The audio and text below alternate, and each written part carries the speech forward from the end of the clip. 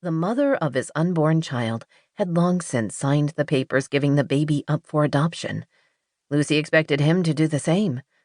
It was what they'd agreed to do. It was the smart thing to do. It was what nearly everyone had told him to do, but he hadn't been able to do it. All the logic in the world couldn't make Tanner sign away a life that was a part of him. He pushed to his feet and headed for the door. "Where are you going?" Ryan asked. "To the hospital." "What are you going to do?" Tanner gripped the door handle and glanced back at the only family he'd ever known. His big brother had always been there for him. This time, Tanner was on his own. "Hell if I know," he said, and slammed the door shut behind him. "Pretty girl," Kelly Hall murmured as she stared down at the squirming newborn she held. "You look so worried, but I promise that we grown-ups know how to take care of you." Sandy, one of the obstetrics nurses, stroked the infant's cheek. "You tell her, Dr. Hall. But I don't think it's going to help. I've been watching babies being born for over 20 years, and every one of them has had that same worried look." "It's our job to reassure them." Kelly gave baby Ames a last smile, then reluctantly handed her over to Sandy. The competent nurse would take her to the nursery, where, for the next couple of days, she would receive excellent care.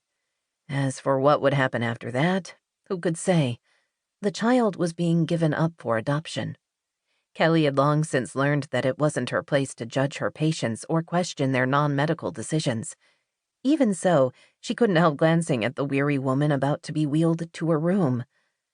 "Are you sure you don't want to see your daughter?" she asked one last time. Lucy Ames, a platinum blonde who managed to look stunning even after giving birth, rolled her eyes. "Get over it, Doc.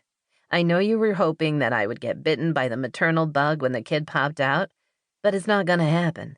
I signed the papers a long time ago, and I haven't changed my mind. I'm heading to LA, and I'm not coming back.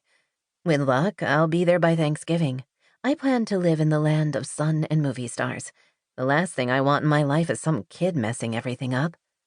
"I understand," Kelly said politely, even though she didn't.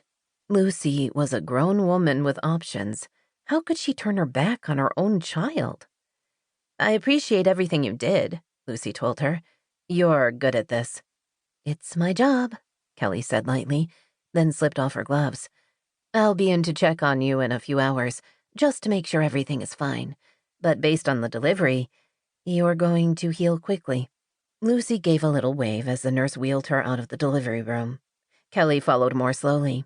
She thought about the patients she still had to see that day and about those who would soon be giving birth. Most of her patients were thrilled to be pregnant and anxiously awaited the births of their new babies. The holidays added their own special magic to the moment in a family's life.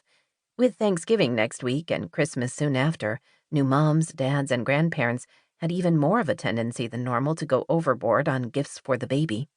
But occasionally she had one like Lucy, a woman to whom giving birth was an inconvenience.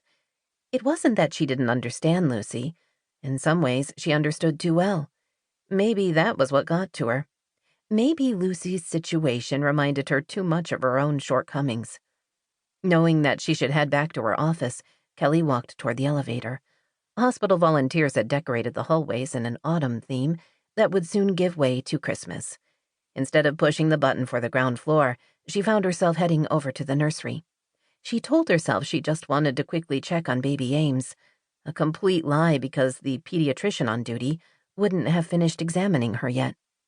Regardless of her reasons, 20 minutes later, Kelly stood in front of the glass-enclosed nursery. Nearly a dozen babies slept or squirmed in their soft blankets. Pink and blue caps clearly defined gender. She could see through to the opposite wall, where a man stood with his arm around a young woman in a bathrobe. They were both pointing and smiling at a tiny child. The woman wasn't Kelly's patient, but she recognized the slightly stunned glow. Their child had been the couple's first, she thought. As new parents, they were equal parts thrilled and terrified. She knew that over time, love and joy would replace the terror, right up until their baby became a teenager, at which point they would want to pull their hair out. The thought made her smile. She pressed her hand against the glass and studied the tiny infants. She found 3 that she'd delivered in the past